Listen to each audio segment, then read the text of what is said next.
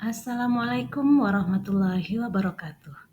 Perkenalkan, saya Mel Desra SPD, bertugas di SMKPP Negeri Padang, calon guru penggerak Angkatan 9. Pada kesempatan ini, saya akan menjelaskan video tentang koneksi antar materi, kesimpulan dan refleksi pemikiran Ki Hajar Dewantara, modul 1.1. Dari pembelajaran modul 1.1 dapat kita simpulkan bahwa menurut Ki Hajar Dewantara, pendidikan adalah menuntun segala kodrat yang ada pada anak agar mereka dapat mencapai keselamatan dan kebahagiaan yang setinggi-tingginya, baik sebagai manusia maupun sebagai anggota masyarakat. Refleksi modul 1.1 dapat dijawab berdasarkan pertanyaan berikut. Yang pertama, apa yang Anda percaya tentang murid dan pembelajaran di kelas sebelum Anda mempelajari modul 1.1? Sebelum mempelajari modul 1.1, saya percaya bahwa 1. Pendidikan merupakan transfer ilmu dari guru kepada muridnya. Kegiatan pembelajaran dilakukan terpusat pada guru. Metode yang sering digunakan yaitu metode ceramah. Yang kedua, keberhasilan siswa dalam pembelajaran hanya berdasarkan nilai ketuntasan yang diperoleh oleh siswa. Murid dikatakan sudah berhasil apabila sudah mencapai nilai KKM. Yang ketiga, pada saat pembelajaran, saya lebih banyak fokus hanya kepada materi dan selalu mengejar sesuai dengan target kurikulum. Yang keempat, murid hanya sebagai objek dalam pembelajaran, di mana murid hanya menerima materi dari guru. Yang kelima, metode yang sering digunakan itu sama untuk semua anak, tanpa mempertimbangkan karakteristik anak sesuai dengan bakat dan minat yang dimilikinya. Semua anak diperlakukan secara sama. Yang keenam, selama PBM, murid harus tunduk dan patuh pada guru, sehingga siswa mengikuti pembelajaran dengan tegang dan tidak menyamankan.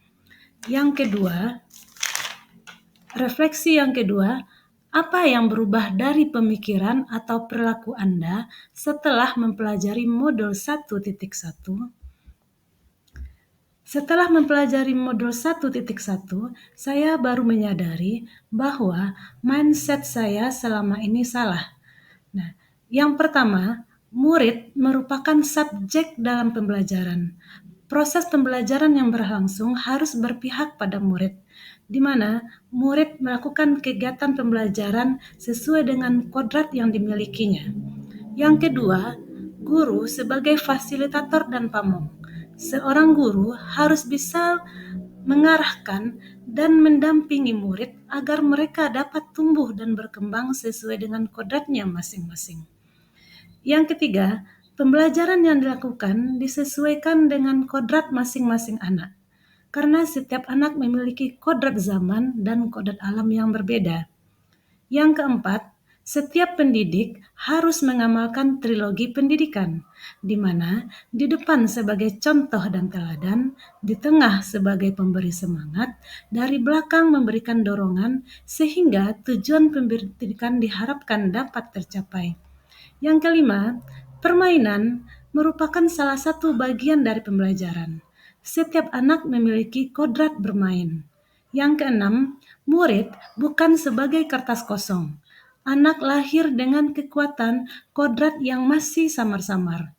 Maka dengan pendidikanlah yang akan menuntun anak untuk menebalkan garis samar-samar dan menebalkannya dalam laku baik.